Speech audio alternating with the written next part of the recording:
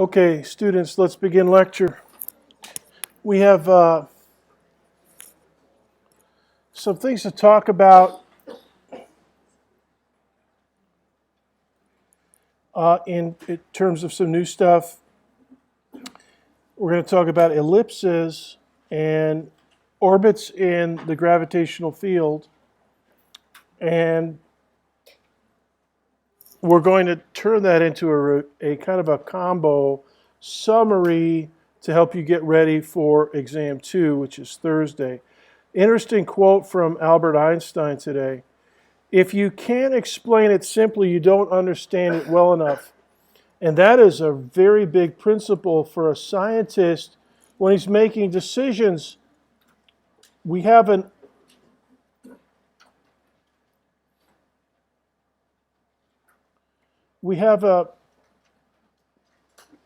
inclination to try to get things down to the simplest explanation possible.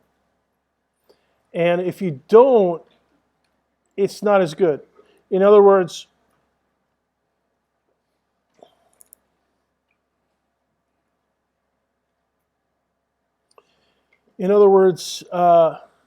yeah, I'm looking at both of you guys.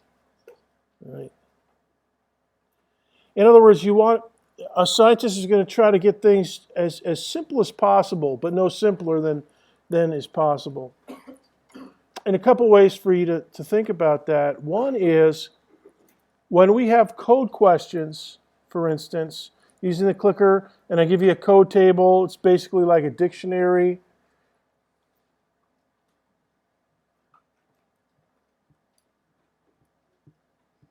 Ready? Okay. I give you a dictionary and you try to sort out and make a statement that's true about the question I ask you, and the length of your sentence or the length of the answer that you send is a certain number of letters, 4 letters, or some people send 12 or even 14 letters. The simplicity of your answer is significant, and that means shorter. With a good dictionary, a good code table, you can put down a fairly complex idea in just a few words. Okay, so that's another way of looking at this idea of how well you understand it. But if you're flailing, if you don't understand it, then you're going to tend to, run on and use up all 14 letters and still maybe not have it on the money. So this whole idea of simplicity in what you say, how you explain, is pretty important. And as I've mentioned before, it's possible that on exam 2, or any exam that we have, you'll have a code table question. So be ready. Now, a couple of items of SI news. First of all, the review for exam 2, the special review session, is tomorrow at 5 o'clock till 6:50. It's over in classroom building 2, room 101, which I understand is a fairly normal sized classroom. I guess. No, it's a big lecture hall. So there's going to be plenty of room for you guys. So get to that, even if you can only make it for the last half hour, or the first half hour, or 45 minutes in the middle of it. It's still going to be worth your while to do that. Second idea, there's a new location for the Monday sessions, the regular Monday sessions. And that's in Nicholson School of Communications, room 116. And it's a regular sized classroom over there. So, if you're going to Monday sessions, try not to be out of the loop on that.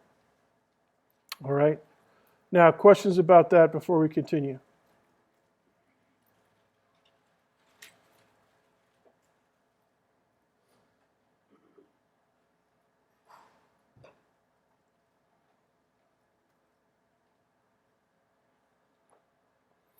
Okay, let's keep going. Last time I went over with you this whole idea of working out an energy problem. Using a table. And you don't have to use a table. You may just, you can work in terms of an outline if you want. A series of steps as an outline to do at each level, at each elevation. But the table helps. This is this image, this blue table, blue heading anyway, shows you an image from a discussion thread that Caroline posted over the weekend, and I answered her. Caroline, are you here? You're Caroline. Did it help? No, it didn't help you? No. I know she didn't respond to it or anything like that. Okay. Anyway, I answered in a series of tables, and the theory is, if you can figure out like a crossword puzzle, one of the cells of the table, one of the boxes, and then kind of use different principles to go around the table and get to the kinetic energy box that you want, in this case, Tweety Bird's energy level, then you can solve your problem. Now, I understand that there were some problems with the Lecture 16 video for this class especially. It was horrendous. That's why I'm using my iPhone headset here for recording. Hopefully this records well. I got to get a new USB headset for lecture, but I'll be re-recording that after this lecture. So first I'll get today's lectures up on YouTube, and then I'll do a whole revision or a whole re-recording of Lecture 16, and I'll put that up on YouTube, and hopefully that'll be helpful for you guys as you go through your calculations and stuff. Don't forget that the PDFs from the DocCam session that we had Thursday, those are up as it's a one-page PDF. By the way, this particular image, I think this was from first hour.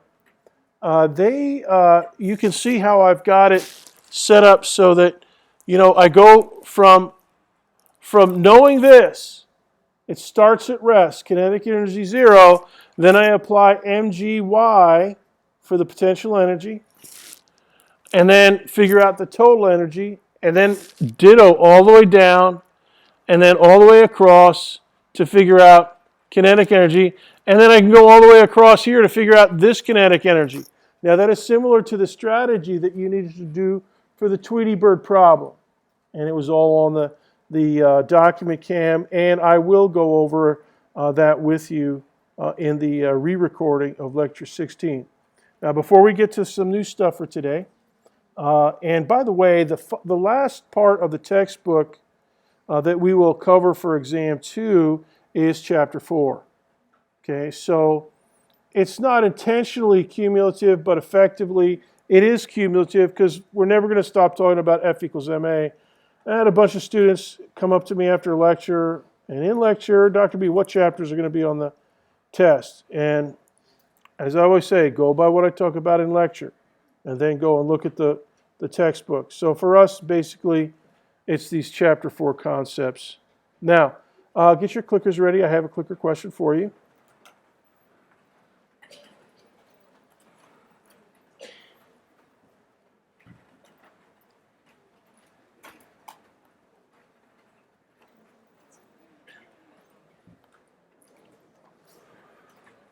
And speaking of exams, this will help you on the exam. And your first clicker question is,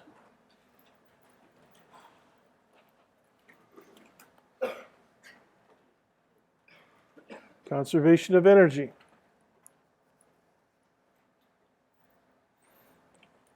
Go ahead and vote.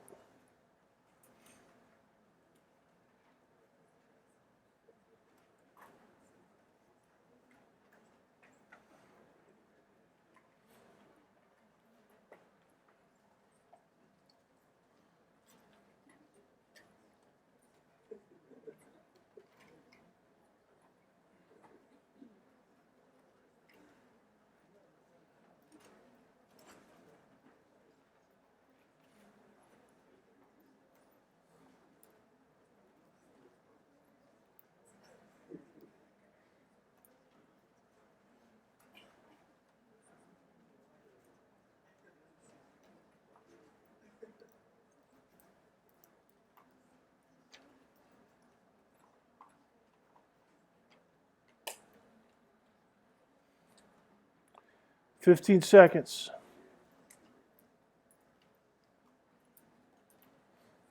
10, 9, 8, 7, 6, 5, 4, 3, 2, 1, 0.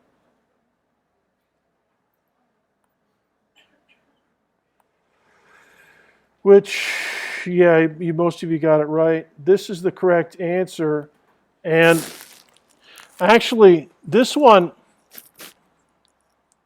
option A is the left half of it anyways, of option A, is a legitimate energy formula, but not conservation of energy. It's a little more advanced. It's something called a Lagrangian. Kinetic energy minus potential energy is something we use in advanced physics. But for us guys, option B is the one. Now this one, what does that look like? Pythagorean theorem. So that one's out. That's me trying to trip you up. And you know that's my job. Now this one is a righteous energy equation. That's Einstein's famous energy equation, E equals mc squared. But it is not the answer to this particular question. Maybe some other Jeopardy question, but not this one.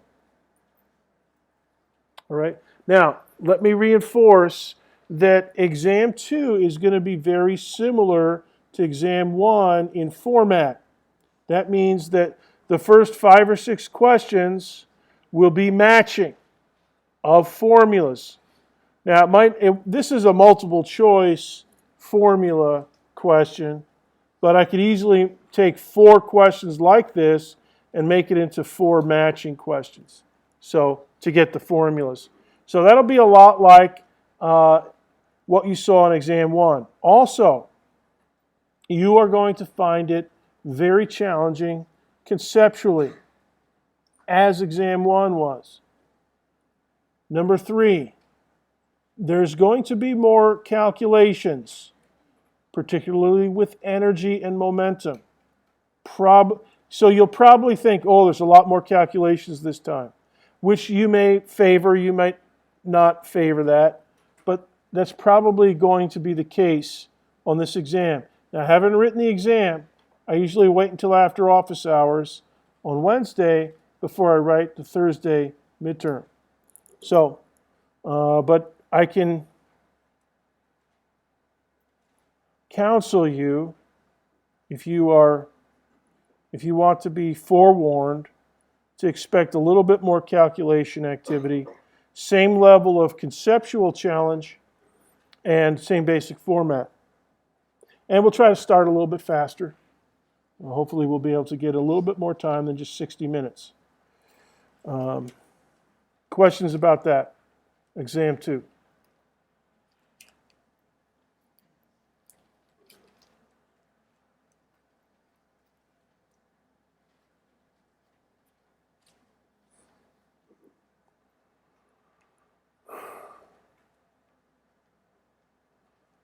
Okay, Colin, can you speak to me at the end of class for just a minute? Okay. All right, let's talk about ellipses. Now, theoretically, an ellipse, a true ellipse, is a slice of a cone. And it's got to be a symmetric cone that goes straight up. In other words, not a cone that's tilted to the left or right. It's just a straight up cone. And if you slice through it like with a meat cleaver, what's left, or the edge of what's left, will be an ellipse, as shown in this diagram. We call them conic sections. And the ancient Greeks knew this. They figured out, yeah, if you take a cone and you slice, I have no idea how they figured it out, but they figured it out. I should look that up. Very famous set of books about the conic sections.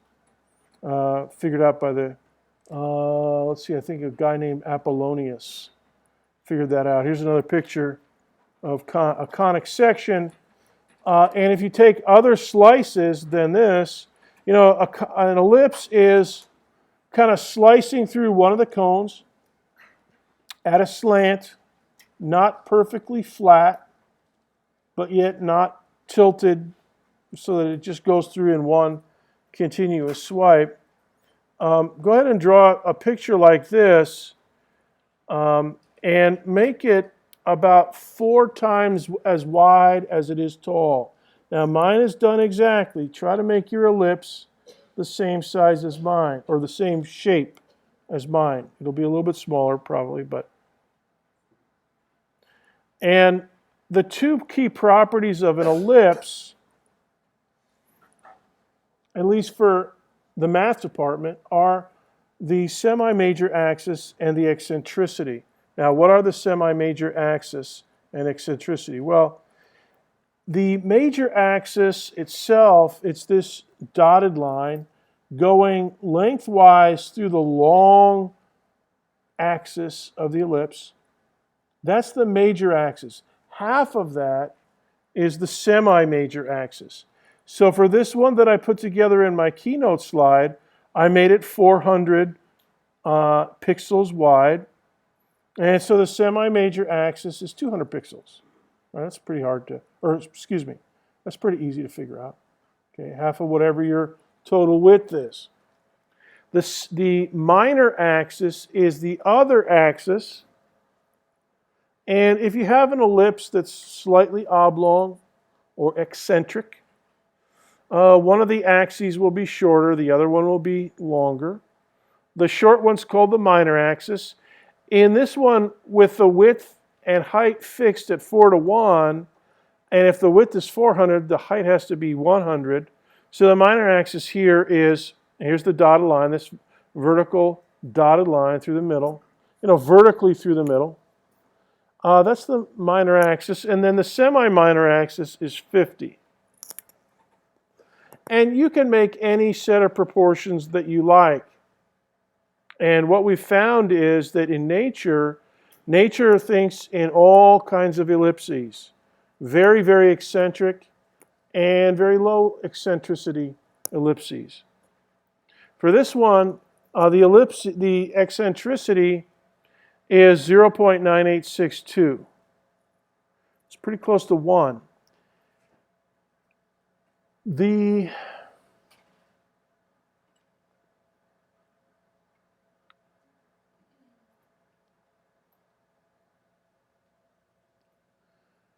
closer the eccentricity is to 1, the narrower and longer the ellipse is. So really long, slow ellipse. It's squished down, like 8:1 instead of 4:1. Or 100:1 instead of 4:1. Would have an even higher value of the eccentricity. And the eccentricity it's calculated using the squares of the semi-major and semi-minor axis. You can look it up on the internet. If you go to Wikipedia or something, they'll share the different formulas for the eccentricity and so forth of an ellipse. Now, we're not going to dwell too much on that, except to mention the circle as a special case of an ellipse. A circle is an ellipse with 0 eccentricity. And the major axis of a circle, if it's a true circle, is the same as the minor axis. And it has a special name, diameter. Okay? Let me ask you a question. Raise your hand if you want to venture a guess. What would you call the semi-major axis of a circle? Raise your hand if you want to venture a guess. What would you call it? Yeah. Yeah, that'd be a radius. Okay, so a radius, and that fact expresses the specialness of a circle. Any radius can be interpreted as its semi-minor axis. Any radius can be interpreted as its semi-major axis. No matter what tilt you make the diameter or the radius, it's going to be a major axis or a semi-major axis if you're looking at the radius. And so we would say that it has full rotational symmetry. No matter what the tilt angle you make, Now you can't do that with an ellipse. You either have the sideways axis and the vertical axis, whatever they work out to be. But you can do it to any tilt for a circle. Another way to look at that is any diameter, so take a diameter and swivel it on a circle to 37.0963 degrees, and you'll be able to do a flip-flop, left to right across that diameter. You can't do that with an ellipse. The only flip-flops you can do left for right, top to bottom, are for the major axis of the ellipse and then the minor axis of the ellipse. So a circle is a special ellipse, but it is an ellipse. Now, one of the cool things that we have found out is that in the gravitational field, any gravitational field, any trajectory is going to be one of these four conic sections. Now, the first two, the circle and the ellipse, the red and the green. And you can see in this diagram that the circle is what you get with your knife cutting across the conic section if you go exactly parallel to the base. If you go parallel to the base, you just cut off another cone. Perfect. But if you go slanted with respect to the base, you might get this one, the green one, up an ellipse with some eccentricity. If you go parallel to the side with your cut, you get this purpley parabola. So if the sides of your cone are tilted at 45 degrees and you cut through with your meat cleaver at 45 degrees, you're going to get a parabola. If you cut through exactly parallel to the symmetry axis, the vertical axis here, you get something called a hyperbola, this orangey one. Now, a hyperbola is a kind of a fancy curve and a parabola, but a parabola, parabolic, if you have a spotlight for your bike or headlight, you probably have parabolic reflectors in there. If you've ever seen a flashlight that you can narrow down to a really good, strong spotlight, which some flashlights are nice like that, or if you've ever been in a stage play in high school or here at UCF, and they get the spotlight out, the spotlight is very narrow beam. Only one person or two people maybe in the spotlight. And that's because it uses a parabolic reflector, and in front of the parabolic reflector is your light source, whether it's an LED or an incandescent bulb, and all the light rays reflect from the parabolic reflector, and if the light bulb is right at the right point, what we call the focus, or the focal point of the parabola, all the light rays reflect out and go in one direction, parallel to the symmetry axis of the parabola. And we can do something similar to that with a hyperbola. We can't do it with an ellipse or a circle, but we can use spherical surfaces. Spherical surfaces can be used for reflectors, but they're not as good as parabolic surfaces. Now there's 1/5, trajectory number 5 is a straight line, a straight drop to the center of the Earth. Okay, so go ahead and make a note of that. That's number 5. And that's actually one of the trajectories that we're going to talk about on Document Cam this afternoon to get you ready for exam 2. Straight line drop is also a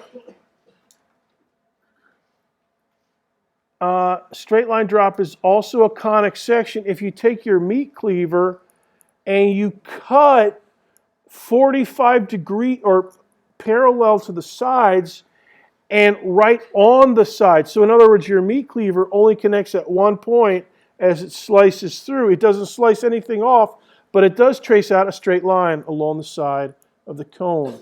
And you can't see it on here, but hopefully you can visualize that. A straight line would just be a straight line from the top of the cone down to the base.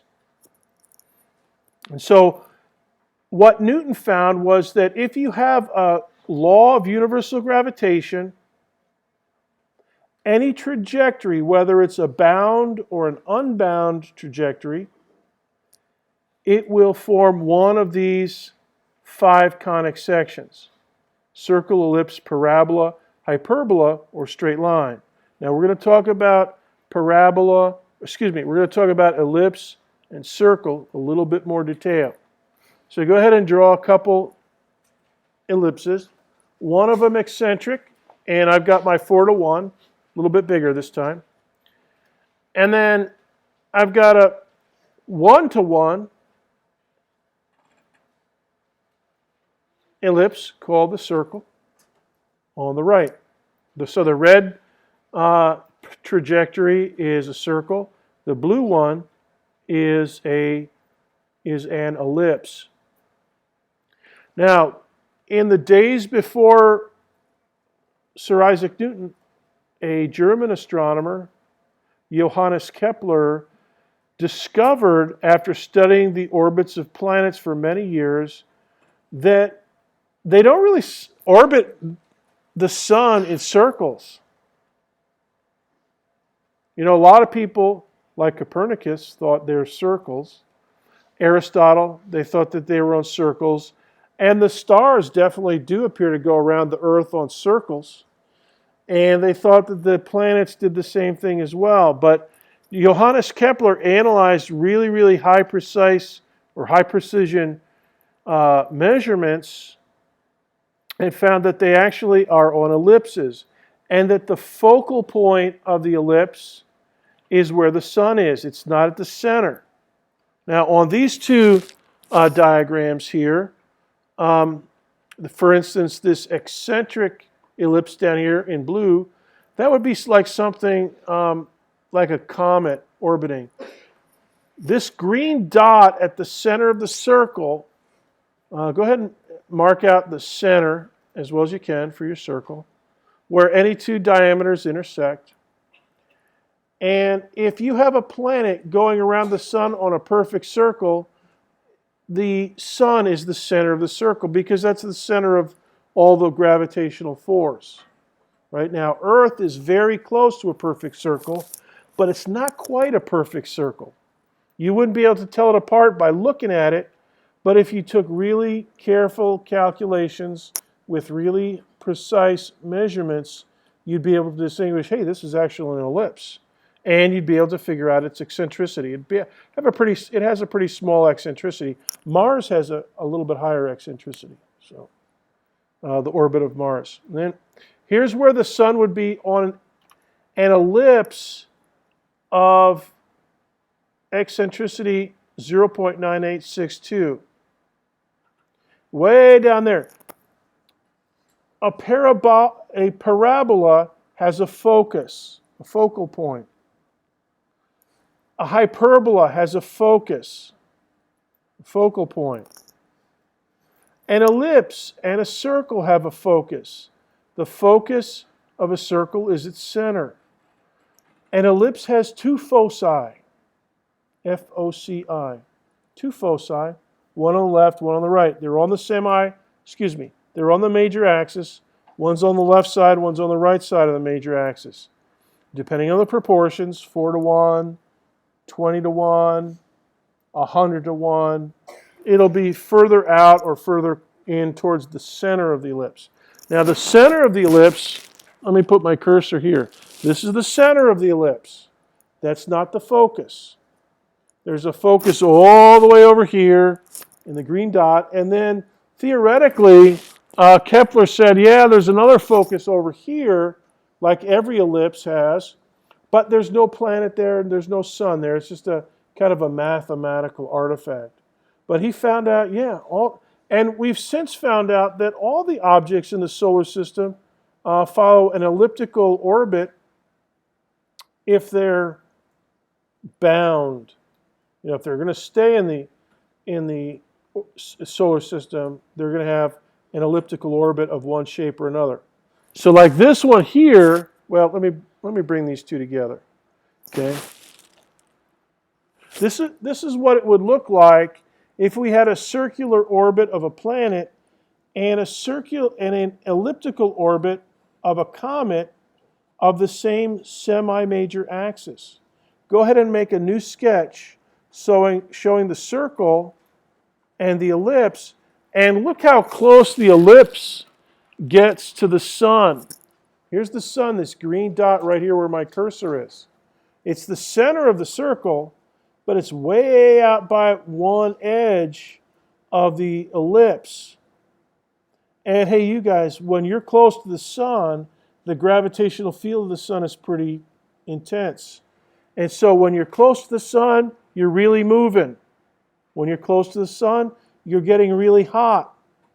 And if you ever see a comet, that's because it's so close to the sun that A, it's getting really hot and emitting light or reflecting light, and B, it's really moving fast. So a comet comes and goes. You'll see it. It might loop around to the far side of the sun and come back out the other side, and you might see it again for another week or two. But they always are passing phenomena. They don't repeat very often. You know, like Halley's Comet, every 76 years, they say, something like that. All right, so this is what it would look like. Now, we're going to talk about some more gravitational trajectories on the document cam. And I want to do that right now. So let me just take a second to... Well, let me ask for a show of hands. Does anybody have a question about ellipses and stuff? Circles and ellipses?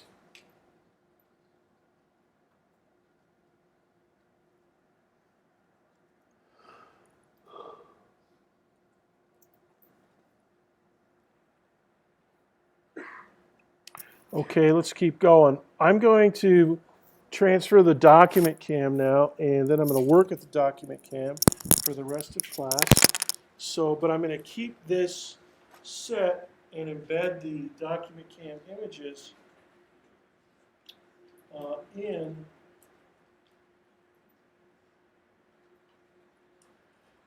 Is that giving you my notebook? Or okay, good. All right, so let's go to the document cam, and I'm going to try to record this into the podcast if I can. It's going to be a little awkward here.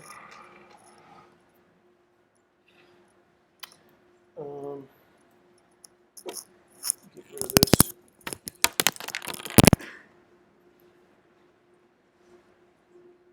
And what we're going to do is look at 4 different paths in the gravitational field of Earth .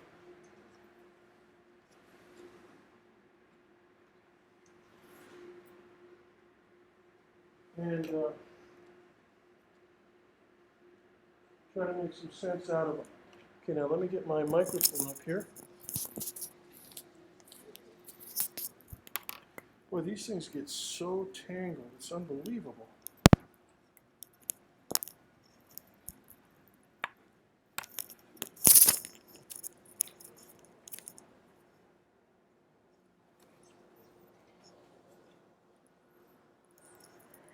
All right.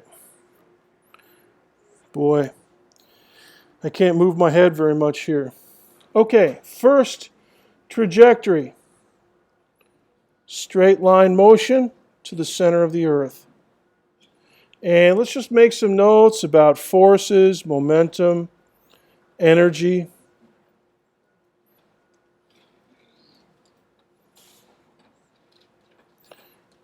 Here's y equals 0. And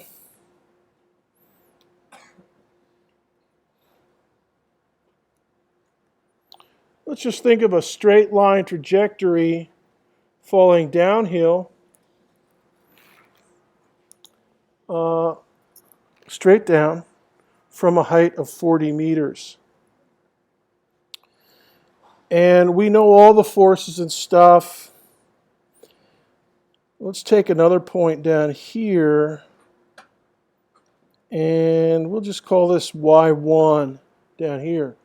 Now, one of the things that we've tried to study these past few weeks is energy, work and energy. The conservation of energy formula is this one, GPE plus KE. And in this particular case, we can figure out, or we can write down a formula for all of those in terms of the others. Now, let's say that you drop it so you're 40 meters up on a building, and you drop it. You drop a water balloon or something, or an apple, baseball. And by the time you get down here,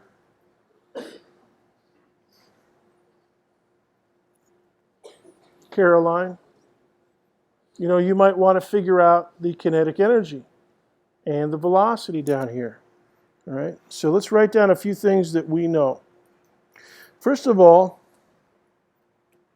at any elevation, the GPE can be written as m times g times y.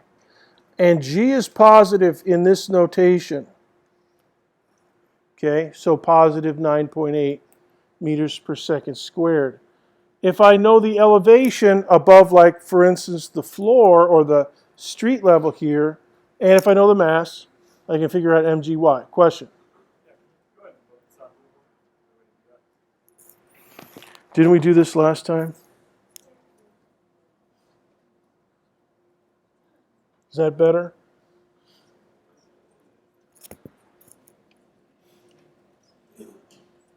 I mean, I can't even see it from where I'm sitting. So if you can tell me if it's getting better, then that will help. What? I just did. I don't. Oh, wait a minute. Here's something.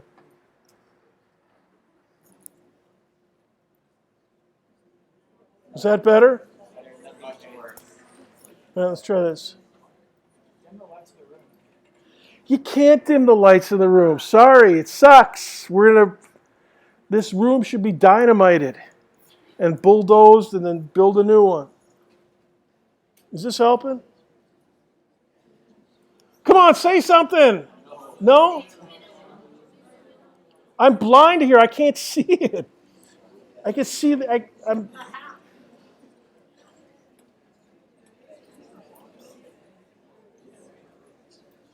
I can't get it to do anything.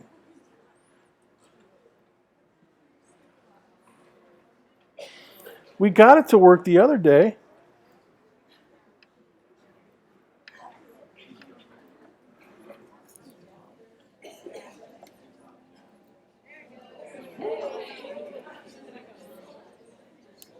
Is that better? All right, let's go with that.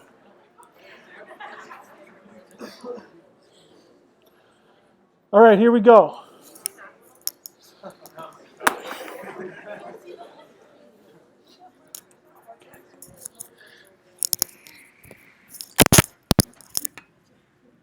No. Try to deal with this system is. Don't ask me that again. If we just try to use X-ray vision or something, okay? Because I can't see it, and nobody's telling me if it's any good or not. Somebody said this was okay. Let's go with this. And I'll try to shift it around. I can't even see what's. All right.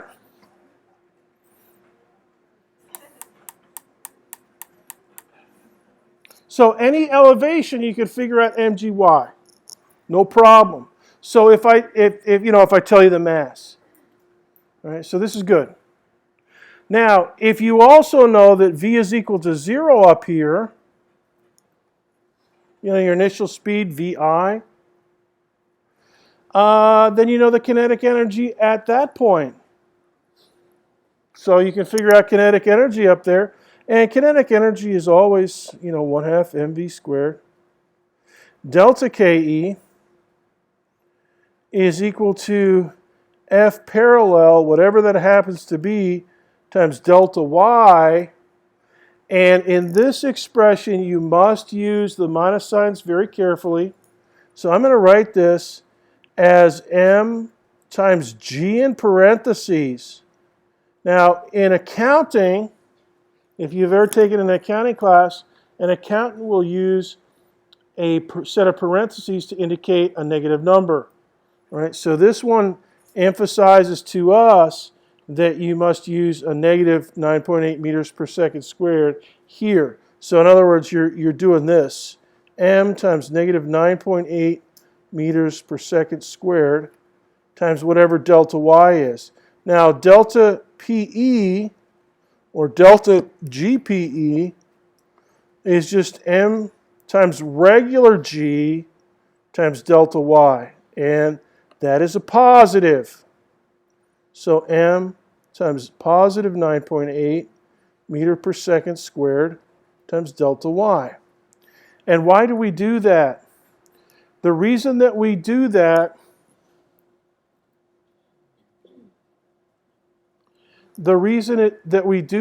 is because when we first looked at kinetic energy, we thought of it in terms of on a free fall trajectory straight down, every 18 meters we gained or lost a certain amount of potential energy. So on the way down we were gaining potential energy, and as with momentum, one guy gets some momentum to the left, one guy gets some momentum to the right. The natural question was, all right, if the basketball on the way down is gaining kinetic energy, is something losing kinetic energy or losing energy? The thing that expresses that is the potential energy. Now, let me point out to you, this equation, m times g times delta y, is just the opposite of this one because of the minus sign. All right, and you have to use them carefully. If you use them carefully, potential energy increases as delta y goes positive. In other words, when you gain elevation, you gain potential energy. And that is what we want, because we know the kinetic energy decreases as delta y goes up. In other words, it slows down if you're on the way up. And the opposite is true. Can you see that? Is that all right? I hesitate to ask. Again, can you read that, what I've got? Okay. Yeah.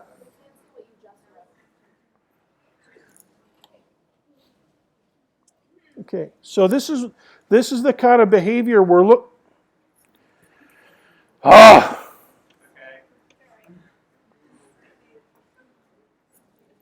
Yeah, but I can't see it. All right. So this is the kind of behavior that we're looking for. We're looking for a number that when delta Ke, or when kinetic energy decreases, we want to think of something else increasing energy-wise. Okay, that's the potential energy. If delta K, if Ke, if kinetic energy is increasing on the way down, we want to think of something that's diminishing on the way down. And that's what potential energy does for us. And in this way, we form a concept, potential energy, and the byproduct of that is, if you do that, you have a constant of the motion, the total energy. And because what you do, what this tells you is, for every, and you might want to write this down, I'll just mention it verbally, for every joule of potential energy increase, you lose 1 joule of kinetic energy on the way up. So inch for inch, what you lose kinetic energy-wise on the way up, you gain potential energy-wise on the way up, and vice versa on the way back down. Here's another thing that we know about this particular, well, this is a mess up here. Oh, boy. All right. You can just barely see.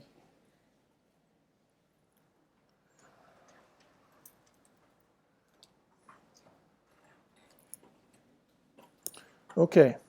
At y1, you can figure out GPE at y1, then KE at y1, because you know all three up here. If you know kinetic, potential, and total up here, you've got the same total energy down here. All right, so if you have the same total energy down here, Caroline, then you subtract the potential energy and you'll have kinetic energy. All right, and that's the whole idea of the table. Now, another thing I'd like to point out, okay, so if you know all three quantities up here, I want to make this a little bit bigger.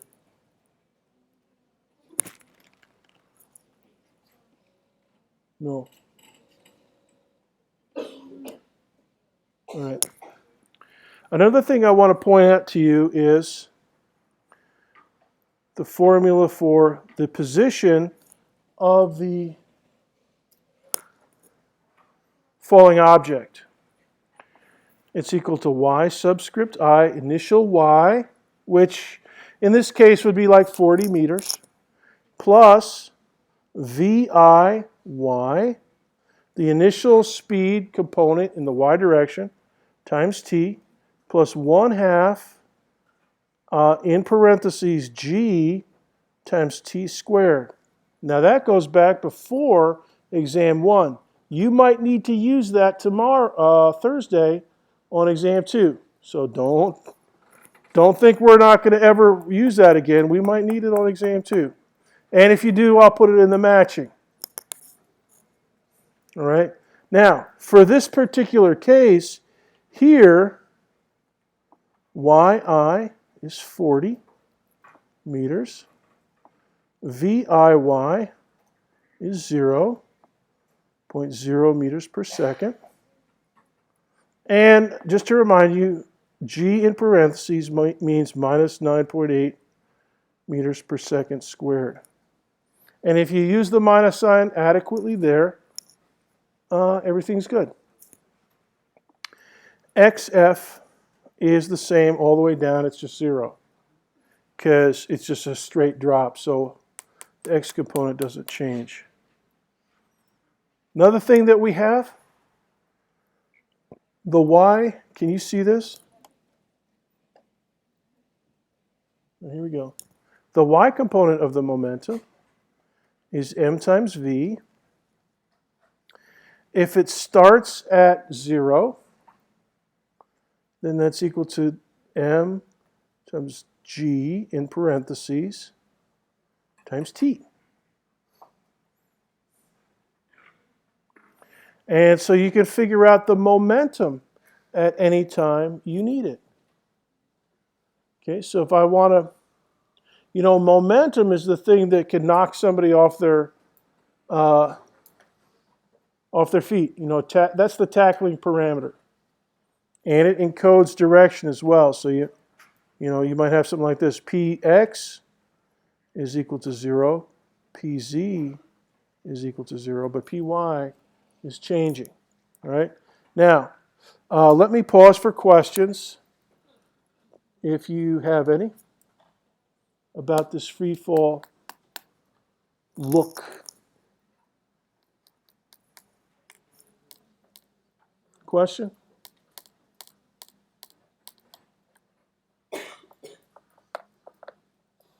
Yes, in the back.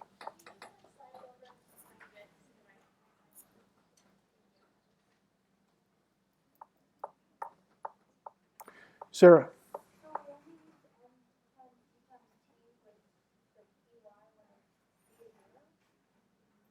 Yeah, because normally what you do, the formula for V here is VF. Can you see this? Oh, let me move over a little bit. Okay, the formula is VF equals VI plus G times T. Okay, but, if that's 0, then you just, Another way to write it, delta V equals G times T. Okay, so.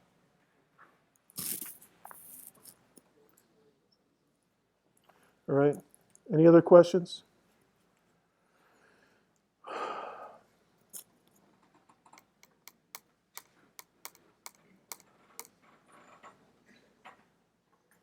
Okay, let's try another trajectory.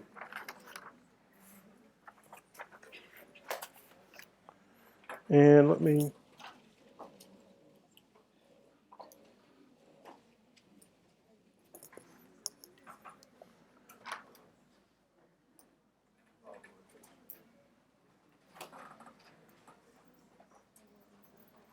Okay.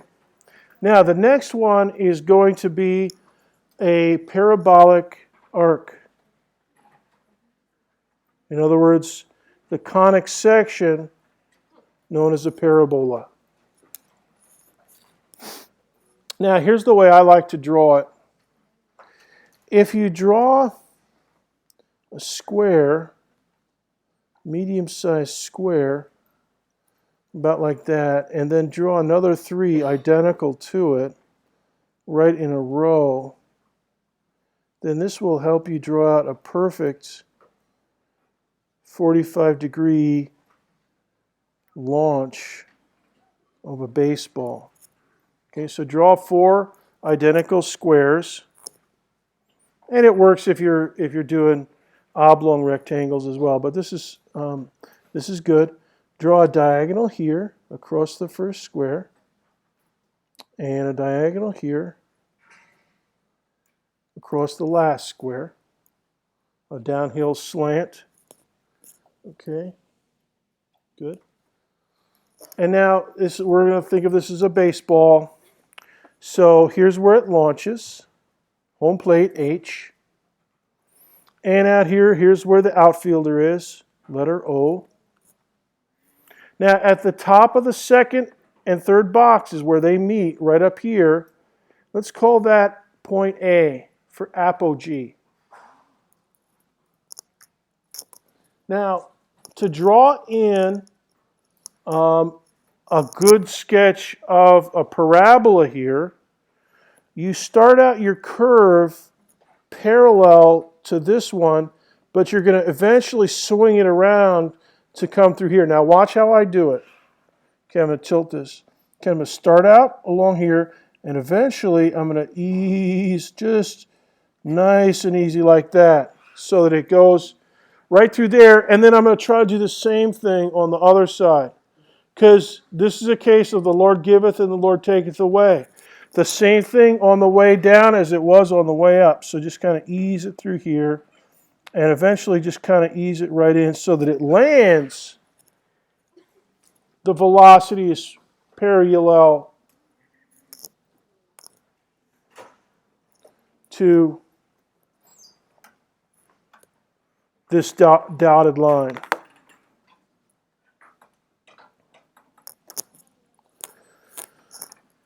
All right, here we go. Now, this is apogee, the highest point of the arc. And we had a high point on the other one. That's the 40 meters up part. Over here, draw an arrow along the dashed line. That represents the initial velocity. So I'll even write it in, v subscript I as a vector. Okay, so this is a 45-degree launch. So this could be 10 meters per second up and 10 meters per second to the right. Okay, So let's write down vi, the vector, equals, let's go 10 and 10. 10 meters per second to the right, 10 meters per second up, and 0 meters per second out of the paper. Just for some round numbers. Now, let me ask you a question. Could you figure out how long it takes to get to the top of this arc? How do you do it? I see you're nodding your head. How do you do it? You could do it though, right? Yes, you can. How could you do it? I've given you some numbers. You can give me an exact answer. Who could tell me how to get it? Raise your hand. Be bold. Give me an estimate.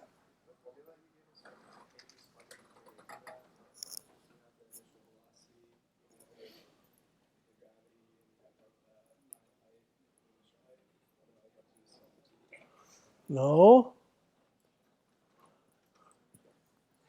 What I want is the time. How long is it? How many seconds does it take to get to apogee from here, from ground level?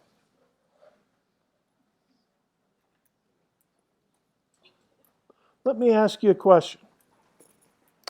If you start with 10 meters per second of upward speed, how much of that have you lost in 1 second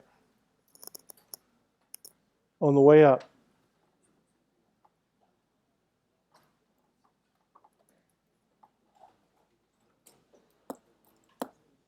Gravity. How much of this do you lose on the way up in the first second? 9.8.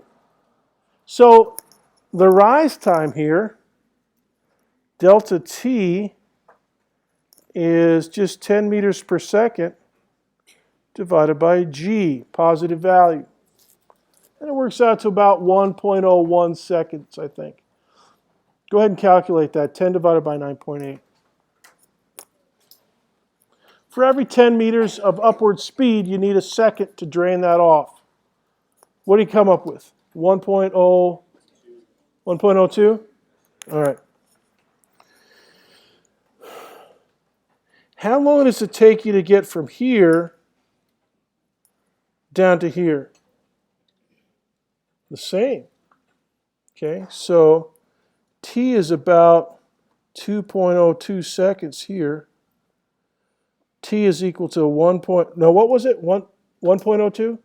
Okay, 1.02. So this is 2.04. Okay, so the total hang time is 2.04. Let me ask you a question. Is there any kinetic energy at apogee? No, it's not, because it's the top of the motion, right? Are you sure? You sure? But if you're sure about that, then you're wrong. There is kinetic energy up here because there's no such thing as horizontal gravity. V subscript A is 10 meters per second to the right. This right here is a constant. Remember, there's no such thing as horizontal gravity. Now, this is the one that changes. But on this trajectory, at the top, you don't have zero kinetic energy. You do have minimum kinetic energy. So you can write this, minimum KE. All right? Hey, can you guys answer me a question? What's 1/2 times g times 1.02 seconds quantity squared? That's the drop distance. That's the amount of time it takes to fall this far. It's going to be about 4.9, 5.0, something like that. 4 point what? 4.98? Anybody verify that? 4.998? Ooh. So let's call this 5.0 meters. Okay, so that tells me, and hey, guess what? 5.0 meters, that's this height. I can now figure out GPE. Matter of fact, let's go over here to the right and make a note. Energy concepts, same as before. And in fact, just put ditto marks below that. Everything else is the same. You can use the same techniques.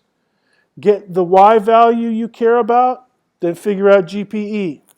Matter of fact, let's figure out total energy for this baby. And let's say that it's, let's say that the mass is something easy, 0.200 kilograms. Okay, so that's a little bit more than a baseball. All right, so we've got a softball. Okay, so let's figure out the total energy. Now you could go up here and figure out 1/2 mv squared and a little bit of GPE. Certainly welcome to do that. But where is it easiest to figure out total energy?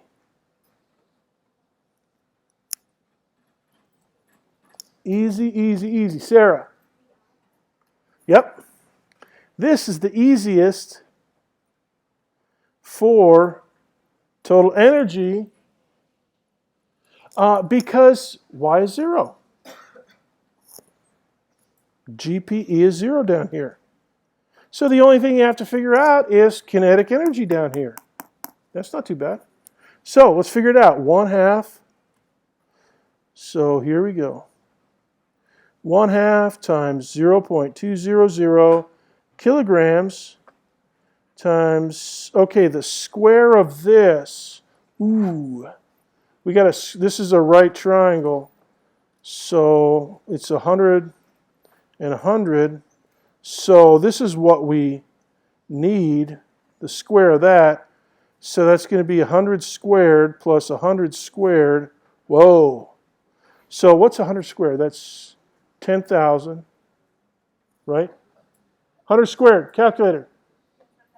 Okay, so this is 20,000 meters squared per second squared. Whoa.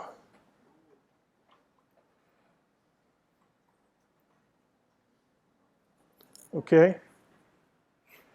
And so let's figure this out. So, oh, this is easy. 1/2 times 0.2 is 0.1 kilograms times 20,000 meters squared per second squared. Multiplied by 0.1 is like moving the decimal point one place. So instead of 20,000, I have 2,000 joules. And now, Caroline, you can figure this out. This is what goes in on the right side all the way down on your table. And then if now you want to figure out the kinetic energy at this point, figure out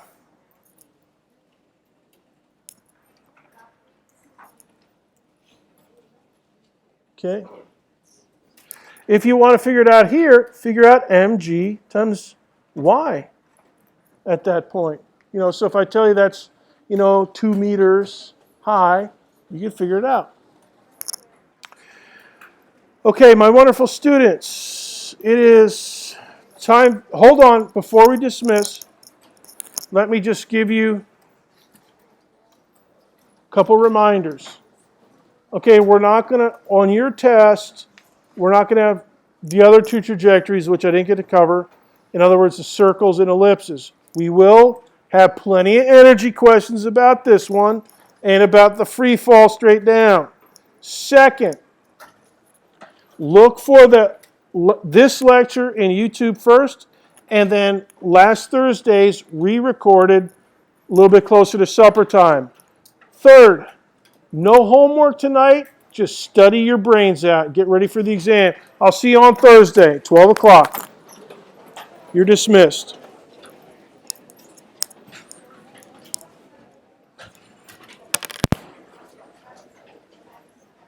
Now, who was it over here that I yelled at? I threw my pencils out. Did I yell at you? Okay, I'm sorry. I was voicing what someone else said. They're quiet. Oh, so I should have been yelling at somebody else? You? Okay. I'll remember that. No, anyways, I'm sorry. It's just so frustrating up here this loud. Anyways.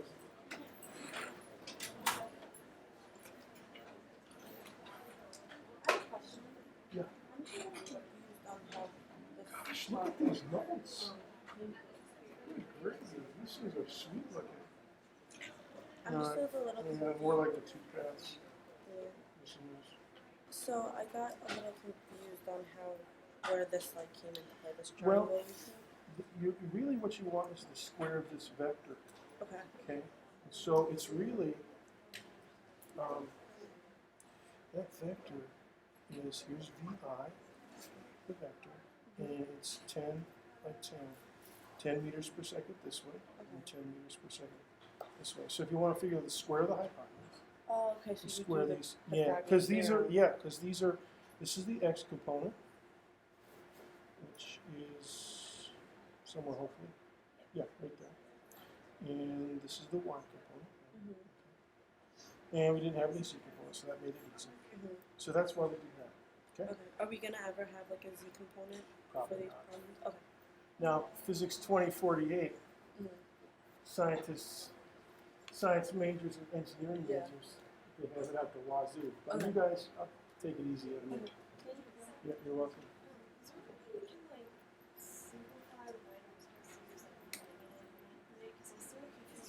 It is tricky. Think of it this way. Every time you have to use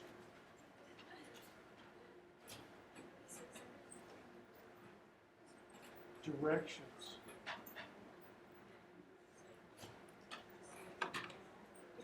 So for instance, if you like drop distance, that's 1/2 gt squared, 9.8 positive. You already know it's dropping. It's not going anywhere. It's not going up, it's just going down. So you don't have to distinguish between up and down. Okay. Baseball? No, you gotta use negative 9.8. Because it's going up and then it's coming down. So now, if we have a straight pop-up, like this, then you have to use that same fancy formula for YF. And here you have to use negative 9.8. Because you got upward, and then you got a downward part. Right? So, yeah. You're still doing office hours tomorrow? Yes, very well. You said you had like talks or something? Yeah, can you guys give me some private time with Mr. Fowler here for a minute? Just for a minute. Where's your clip? What's going on with it? You don't have a single penny clicking on this. I have my clicker. I've been answering the questions. Dude, it's not registered. It's Did been, you look at your grades? yeah, but it's been sitting in the check mark. That doesn't mean jack. I could hold anybody. If they're not registered, it doesn't staple it up to your ID. So can you do that? Go into the iClicker thing, Okay. in web courses, register, and then you'll be ready for the test. Haven't you looked at grades? I thought like the grayed out section and it said like don't really pay attention to the gray out section. No, it doesn't mean, yeah, but that's not, you got a lot of zeros, you have all your L5s and L6 and all that stuff. Go take a look at it. Yeah. I saw it today, but I thought it was just being web courses. No, it's not. It means I don't have the, I've been getting clicks from you, I guess, according to you, but it doesn't, my computer doesn't know who those clicks are coming from until you register. So go on web courses and get that squared away. And then we'll try to get the rest of the points tallied up by the end of the semester. So do I just go to web courses? And Yes, it's like it's left side, menu bar, it's right at the top. okay. All right. Okay, Sarah.